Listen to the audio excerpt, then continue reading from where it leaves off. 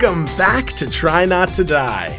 I'm your DM, your driving meddler, Noah Perito. It sounds like I'm like Bette Midler's sibling or something. Like driving Miss Daisy, but driving Miss Meddler? Driving Miss Meddler. And I'm here with my odd employee, Lisa Condemi, a.k.a.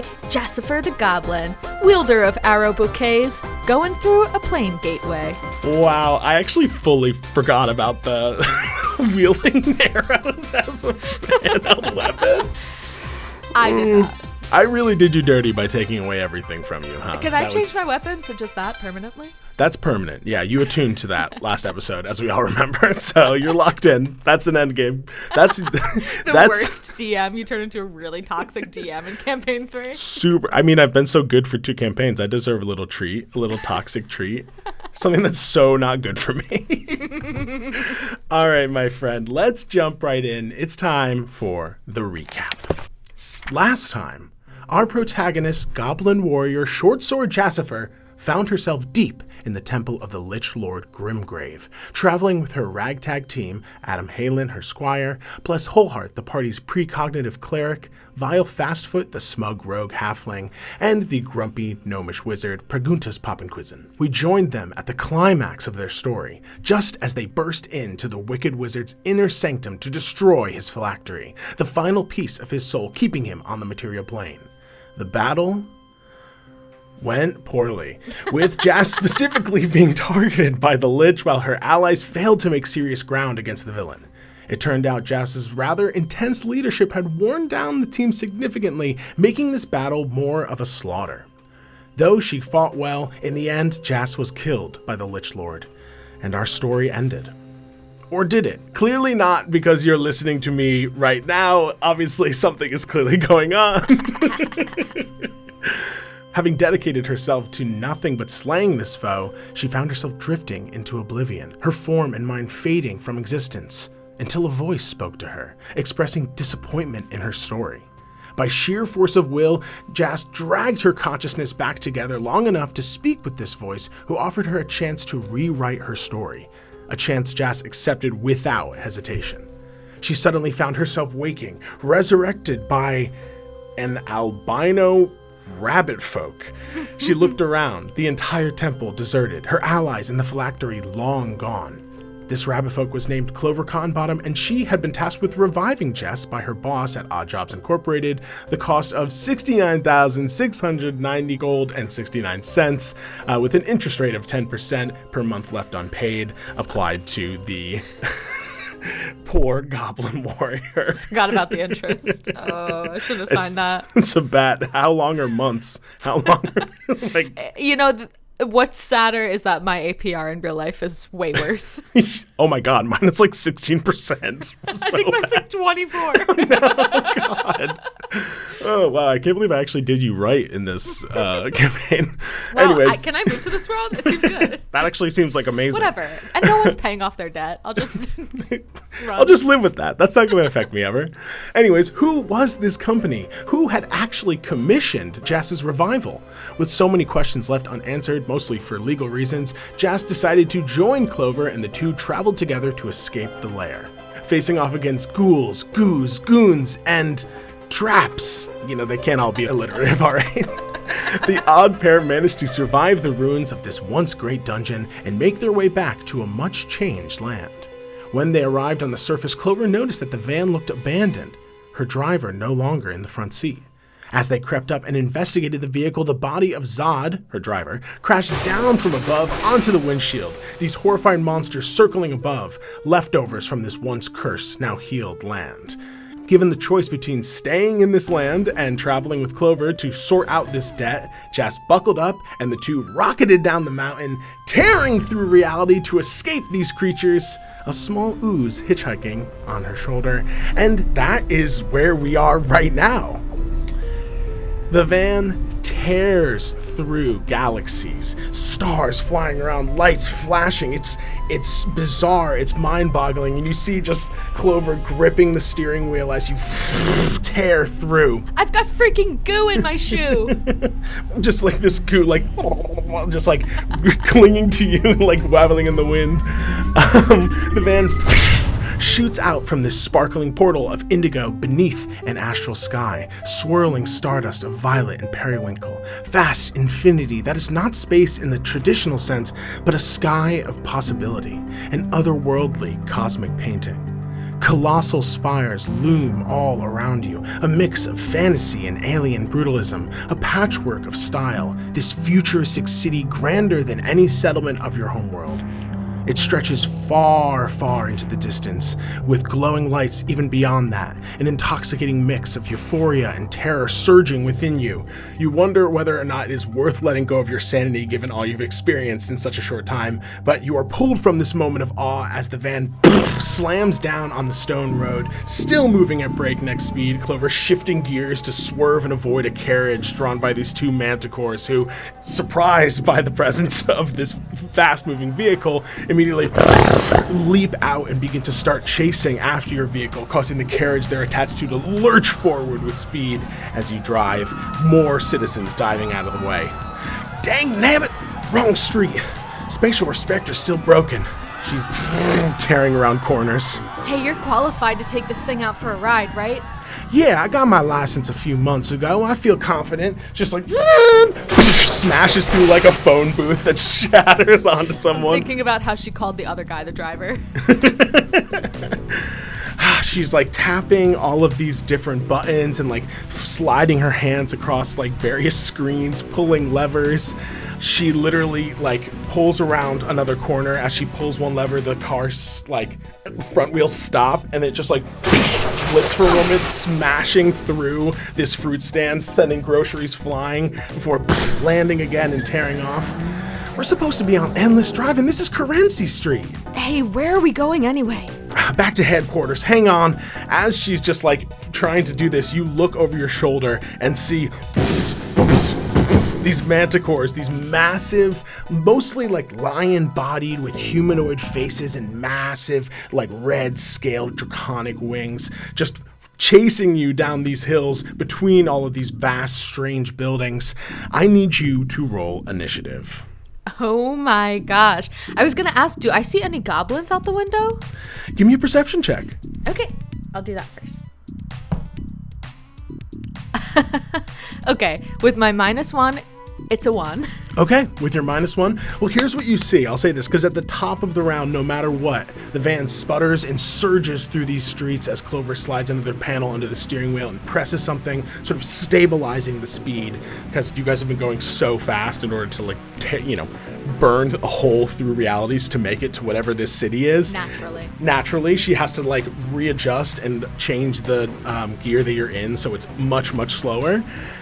And as she does that, you are looking around and you clock all sorts of people. You see humans, fae, dwarves, orcs, ogres, even some types of people you don't even recognize. Hell, you see literal monsters roaming the streets as if they're like people here. This like massive Goristro demon just like dragging its fists. As you guys go by, it goes like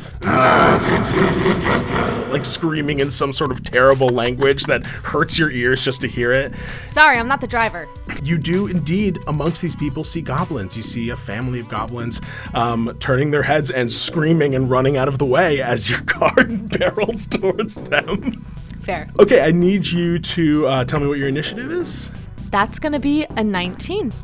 Oh my goodness, that's fantastic. You actually are going to go right after the lair action at the top of the round. And speaking of said lair action, as you're tearing through the city, you are still going at like breakneck speeds. And Clover, as you said, may not be as qualified to drive this in terms of experience rather than paperwork. So you see as she like takes a corner a little too fast and just like cart after stand after stand, all of these different spices and products just like fully destroying like a full market street. It's like you're doing this on purpose. I swear I ain't. I swear. I reach over and steady the wheel a little bit because she's just like one of those drivers who just moves the wheel back and forth a lot. She's also like, and again, she is about your height. She is very humanoid. Like, she basically has mostly humanoid features, but is covered in this white fur, has these like big red bunny eyes. She is your size. Her ears are the only thing that makes her taller than you. So she's looking over the wheel, very barely able to see what's beyond her. Hey, does that seat come up? Oh, damn, I never even tried that. As she goes to fiddle with that, you hit another cart, and spice blows in your face. Give me a Constitution saving throw. Oh my god, Dune?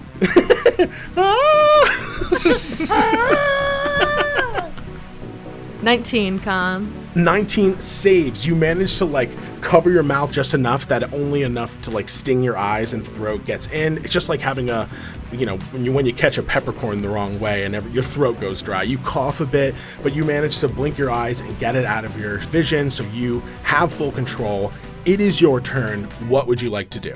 What's in front of our windshield at this very moment? At this very moment, you guys have cleared through this marketplace, which is kind of settled into one of the side streets. This is like driving through Manhattan, and you've turned down a little bit more of a quieter neighborhood street where they're having like a market. She's cleared through that and is now entering onto a main avenue. So it's a much wider street. The buildings are vast, towering above you. And there are cars throughout the space as you're like passing them, these manticores trailing close behind. I think I'm constantly just having my attention drawn out the window, back to the dashboard, back to the people that I'm seeing, the other cars. I've never seen a world or technology like this before. I wouldn't even, I think, know how to go about like honking the horn or shifting a gear or anything. So I'm going to grab the goo that is wiggling around my leg. It like snaps out of my boot like a rubber band, and I'm going to stick my hand out the window and kind of wave my goo like a red flag to try and get people to like jump out of the way. Okay, here's what I'm going to do. I'm going to say that that's going to give Clover advantage on her driving check. I want to help her drive, yeah. Yeah, like, since you don't necessarily understand the vehicle, I totally get not being able to, like, get your hands in there. So warning people to get them out of the way is the next best thing. Crazy rabbit driving! Crazy rabbit driving! That is really, really unkind. You should know that. Oh, sorry. Actually, no, Jassifer wouldn't say sorry. I ignore her. That was Lisa. It's really hard to separate the art from the artist. I'm so sorry. All right, this manticore, using its full fly movement of 50 feet, manages to catch up to this vehicle. These two manticores just, and the cart behind them. Oh my! Oh dear! Just like this guy hanging on for dear life as his manticore steeds tear through the streets. They are going to, let's see, both of them are going to try and do tail spikes at you and Clover. Is this mounted combat? I'm confused about where you're bringing me. I guess technically, but we're mostly just driving home. She looks over her shoulders. Oh shit, I done it again then. All right, the first tail spike on you is going to be an 18 to hit. It doesn't hit? Oh my goodness. You watch as one of these manticores like flicks its massive tail covered in these long, like easily 3 foot long spines. Just I duck right inside the window at just the right time. It literally like sticks into the mirror right next to where your head was peering out. And then the next one fires at Clover. Wow, that's actually a natural 18. That is definitely going to hit Clover. No! She pops up and is like, all right, okay, so if we just take a left here and this bolt crashes through the behind, like the back window of the van all the way forward, straight through one of her ears, piercing it. Wow, okay, really lucky. Honestly, me describing it as a hit on the ear might have saved her, because this thing only deals 4 damage as it basically skims her ear. She goes, ow! And you see she's like stifling curses. It's all right. I actually wanted to get my ear pierced. And keeps driving. That can't be sanitary. You think? There's like black ooze dripping from it now. Clearly a poison spike. Okay, next up in the order is indeed Clover. Now she's going to get to roll with advantage to try and drive this vehicle. Failure does mean crashing. So that will deal damage to you and the vehicle. And if enough damage is done to the vehicle, obviously, the chase ends. No. Okay, uh-oh. I'm worried. Natural 20. Drive safe! Wow, people are really clearing out the way. That's making this a lot easier. She looks and sees you waving this goo erratically at the goo. Just like, we're going to be killed! I think that thing's alive. Are you supposed to be doing that? And just it's definitely alive. She manages to get the right turnoff from this avenue and continues to drive, forging forward. The van hits that turn and begins to chug up this steep hill lined with these high-rise apartments to give you yet another view of this vast, beautiful city. Clearly built atop or into some sort of mountain, you see just how expansive it is. Bright lights sparkling within towering structures, roads packed with vehicles of intense, strange variety, arching bridges where something large shoots from a tube at a rapid speed. Perhaps most mind-blowing, a number of other smaller islands in the distance, also covered in buildings. They likely are massive asteroids in this astral sea connected to this central asteroid to form a stellar civilization. Before you could even fully compute what any of that means, the car crests the hill and then hurtles downward. Shit, I put it in neutral. What does that mean? Okay, so basically, and as she tries to explain this, give me a dexterity saving throw. Okay. Not good. Even with my +4, it's a 7. Okay, you and Clover both fail. Which makes sense as you like slam and are like weaving down this hill, which by the way, as you're going down, it's a lot like that hill street in San Francisco. So it's like one of those really windy streets. You guys are just slamming your head against the side of the vehicle, which deals 4 damage to both of you. Okay, I'm at 4 hit points, by the way, because I was quite hurt at the end of last episode. She is now, because just in case anyone was wondering, we did level up after last arc. So Clover had 15 hit points, is now at 11. Let's see what she can do. She passes her driving check, which is huge. And oh good, we don't crash and die. You don't crash and die. You took a little damage from the nature of this road, but it could have been full death. So, okay, so turning around. Just like being in like a really bad lift when the guy's going like way too fast and aggressive and you're like, I'm not in a rush. And as that's happening, it just like a Lyft driver or an Uber driver, she just like leans over to you and goes, so what were you really doing in the lair? Like, how'd you get down there? Do you need someone to navigate or? No, I know where I'm going. I've been in these streets a few times. And as you're driving down, you finish going down this hill, you curve around another street, and you find yourself kind of heading what I guess you could describe as like southeast, if you were like looking at this island from above and decided to assign cardinal directions to a city of islands that exists in the astral sea. You see that she is kind of following a path between all these buildings. But as she like passes by one intersection, you slow motion in your mind look and see that you are passing a number of these armored soldiers, like wearing silver, almost starry, like astral pastel colors, these strong looking warriors, these clearly guards of whatever this city is, who are like talking to this halfling and like yelling at him or something. As you slow motion go by, you look and all of them turn eye contact with you as time speeds up again and you keep going. My goo just slow motion. Just like this weird call out, and they're just looking at you strangely, and then you look back and you see that they like turn away from the halfling, begin to like yell to each other. One of them reaches and speaks into some sort of device, and then they all rush towards these nearby beautiful stellar horses, these like vast stallions that are covered with like twinkling lights and a mane of stardust. They hop on and they are going to join the initiative. Their horses are so cool and our van is so janky. She like looks in the mirror. Yeah, I guess you're right. But you know, it is a fixer-upper. We'll get her repaired and Odessa won't even notice. I don't suppose that's an escort. You know, well, In a way, yeah, actually it is an escort. As we go through, we are back at the top of the initiative. That was the lair action. It is now your turn again. Okay, you were saying this pedal makes it go?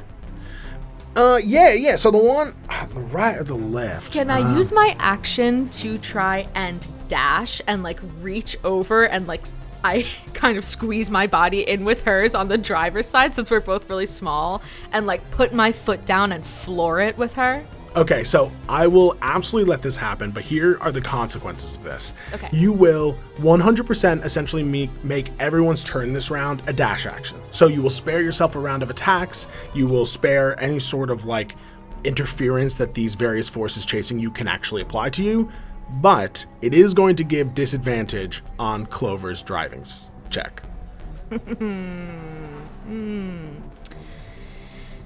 I think Jassifer would want to go fast, being chased by many mounted combatants. She has crashed and burned before and always gotten back up from it, so going fast is the goal. And as I'm looking in the rearview mirror at all these people chasing us, I say to Clover, you better tell me quick which of these people I can kill. Well, truthfully, I'm against violence on a general basis, but technically kind of anything goes here, so it's more if you don't get caught. Do what you need to do. She just shifts gears again. Now you're going double speed. The manticores have to use their dash action again. You see this like merchant that was riding them going like, oh dear, this is not the day I thought I'd be having. Just these guards chasing after, this way, so they went this way. Chasing faster and faster, but still you are definitely faster than any of them. This vehicle can go quite fast. In fact, I will tell you actually, this vehicle has a speed, just a natural speed of 100 feet per round. Okay. So it can go, given that you're full throttling it right now, at the risk of crashing, it's going 200 feet per 6 seconds. Gorgeous. Which I would love to do the quick math there. Yeah, me too. I was wondering. 200 feet in 6 seconds. That can't be right. Is it not that impressive? It's like 25 miles an hour. That's probably really fast to a carriage. In comparison, I suppose, yeah. Let's say we're going the technical amount of really, really, really fast. Just like driving through a school zone. I'm screaming, I've never moved so fast in my life. Crazy, it's like when crazy. you're like, what would kill a pilgrim? Yeah, right? You're like, it's really, really low bar. Okay, so everybody that round had to use their dash. We're back at the top of the round, where as you finish going down the street, you're still going at an insane speed, but you see Clover clocks a like on-ramp and goes, oh, perfect. And just turns you onto this on-ramp, weaving through other vehicles from literally all over periods of time. Like, you see a wagon, you see horses, you're seeing like a fucking Buick. Like, there are all sorts of vehicles surrounding you and all sorts of different types of people as well. It is so overwhelming, but you quickly just focus up. She goes, okay, great. We're on the endless drive, which means that we are kind of more legally allowed to go the speed we're going. That's good. People are supposed to clear our way. Yeah, I would say that we're, just a few minutes out. If we could just, and she looks over her shoulder, if we could just shake these guys, we'd be pretty good. Odessa probably wouldn't want us to show up with all them on our tail. I crack my knuckles. Leave it to me. Don't play with your food. Finish them off. We never know what other scavengers are going to come over and sniff at what you're eating. And as she's trying to navigate the traffic, she pulls her car next to this like 18-wheeler. And inside you see two bright red furred fox folk in these like trucker hats.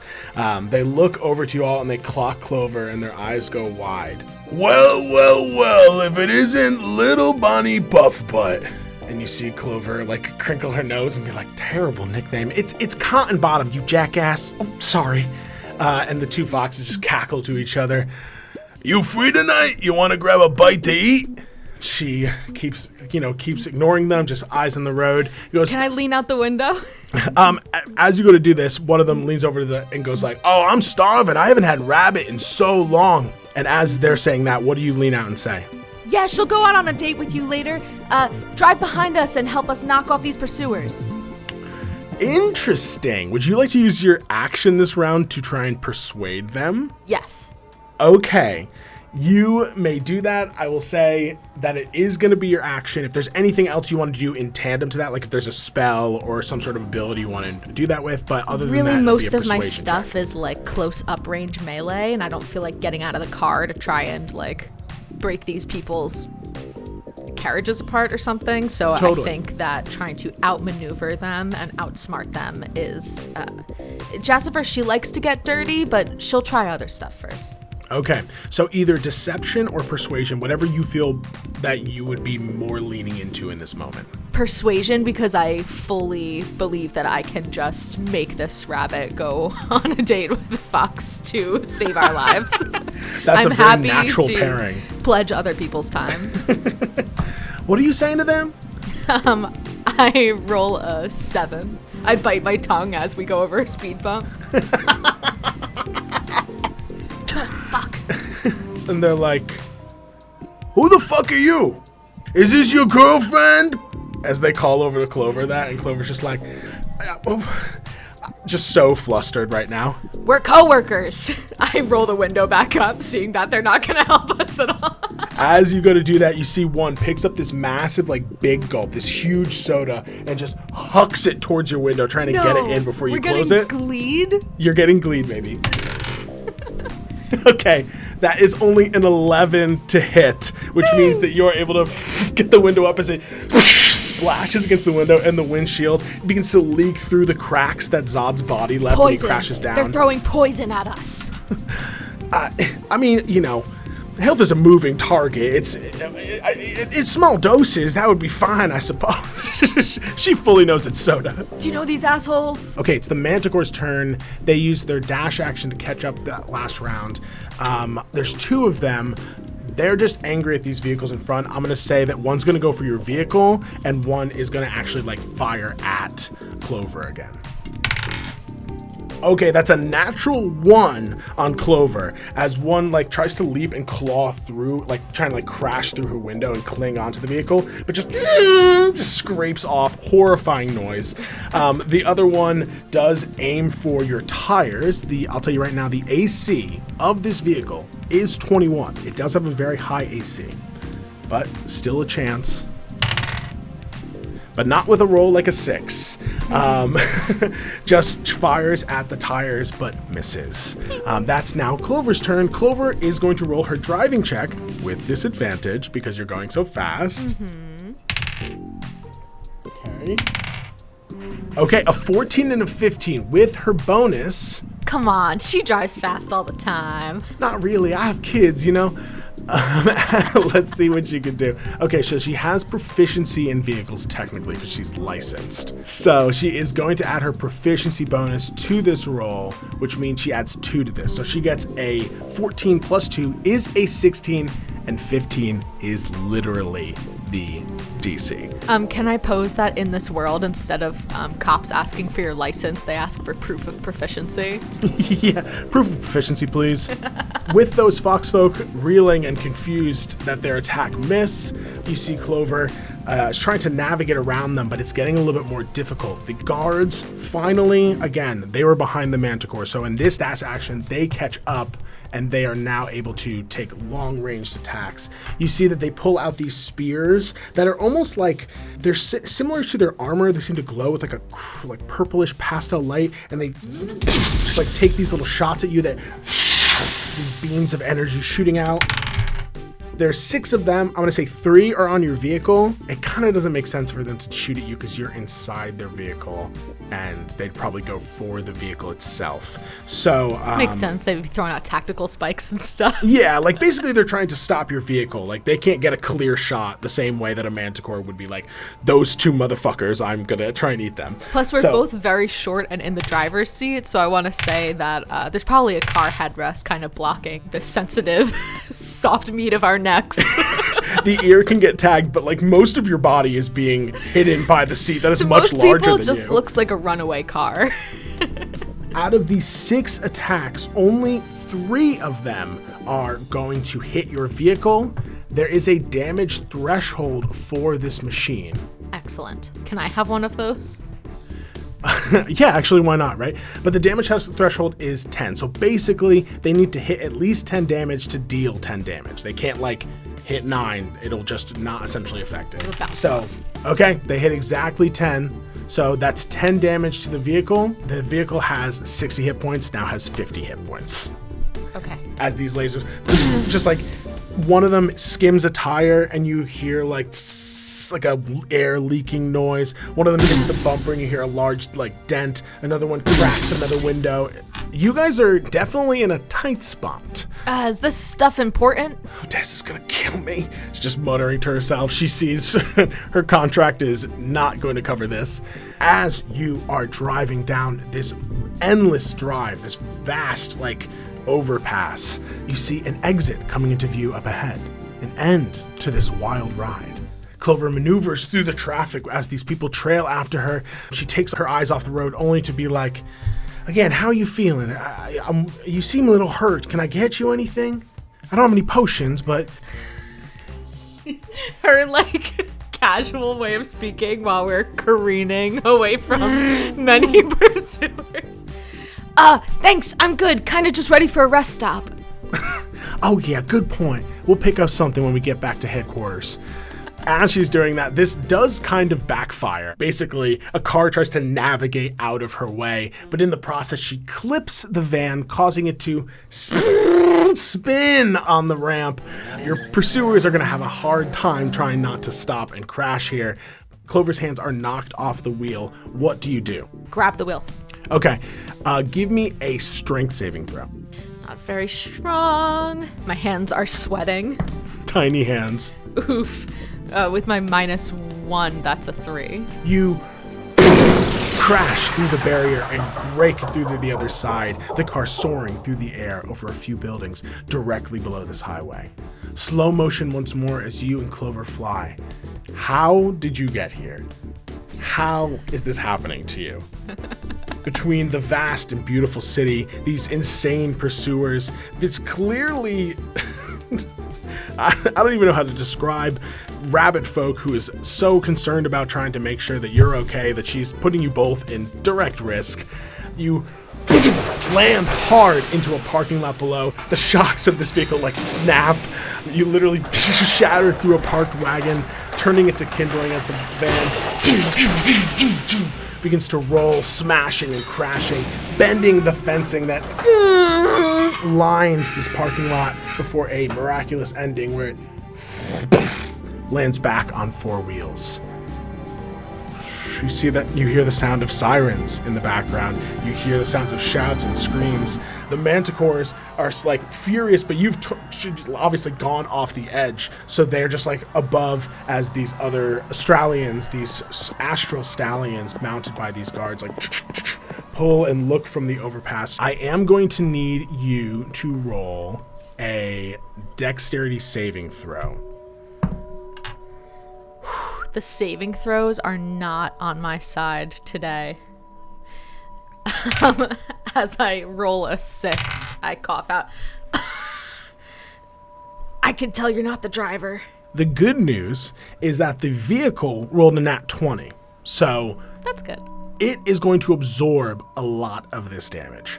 Clover also rolled a 5, so whatever leftover damage from this vehicle crashing, that is going to be passed on to the two of you. Okay, so you fell very far, about 100 feet, which is 10d6. Oh my god. What? A 1, a 4, a 1, a 3, a 6, a 2, a 3, a 6, a 3, a 5. Like really low numbers here. That's 34 damage, which beats the damage threshold of this vehicle. I'll say that it is going to take half of that, so 16 damage. The next 16 is going to go to you and to Clover. So I take 8 or I take 16 damage? You take 16 damage. Wowza. That was so close to insta-killing me.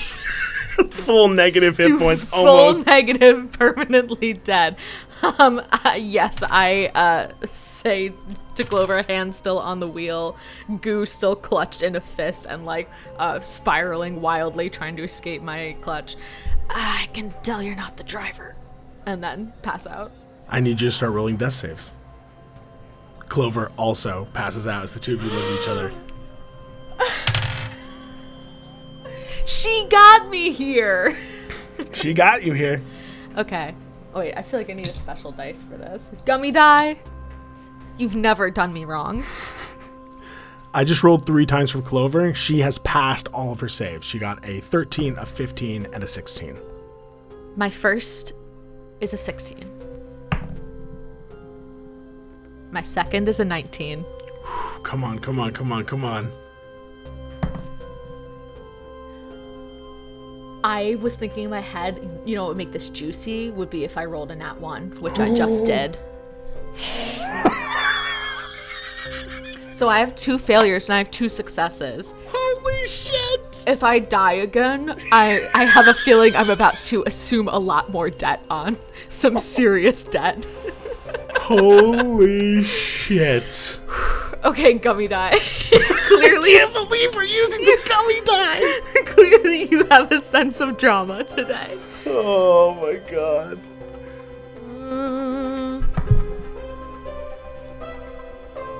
Tell me. It's a 2. You feel everything go black. Thank you so much for listening. If you enjoyed the show, please follow us on Spotify or leave a review on Apple Podcasts. Thank you especially to our Eldritch patrons. If you would like to become an Eldritch patron, go to patreon.com/trynottodiepod. At the $5 tier, you get access to the afterlife. That's right, you get access to heaven or hell, it's up to you, via the exclusive talkback show where we discuss what happened during this arc. You also get access to a bunch of other bonus content like recipes from the show, polls, and other random stuff we're cooking up. But if you really want access to a bunch of other full-length episodes, sign up for the $10 tier for the content search where we play out usually canon one-shots, test out new systems, review nerdy media, and really do anything we can to entertain you, our Eldritch patrons. And of course, a huge thank you to Lore Party, the network that supports us. Lore Party Media is dedicated to celebrating the power of stories that shape who we are. If you enjoy our show, please check out their other shows, which you can see on loreparty.com, or you can just search Lore Party in your favorite podcast streaming platform. And you can check me out on Instagram, YouTube, and Twitch, all under the username Noah the Infuriator. No spaces, just Noah the Infuriator. While you're at it, hit up my socials too, Lise vs. Life, that's Lise vs. Life. Follow me on TikTok, and then while you're at that, follow Try Not to Die Pod on TikTok too, where we post clips of the show. Thank you again for listening, and until next time, try not to die.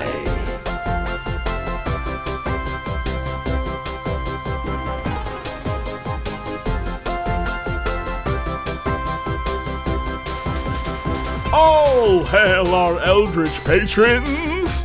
Especially Anina, Any Major Dude, Ashley, Becca B, Bugroots, Colleen, Colin, Ian, Eclair, Alana, Emily, Grace, Hope, Jacob, James, Jeff, Joey, Karen, Kate, Katie, Leo, May, Morgan, Nat, Nicola, Paige, Patrick, Roni, Sahara, and of course, our producer Patty, Patrick Bronstetter, and producer Daddies, Drew Bailey, Sam Golden, Becca Mount, and Rose Evelyn Campbell. We thank you for these podcasting powers and promise to raise hell in your names. Till next time, try not to die.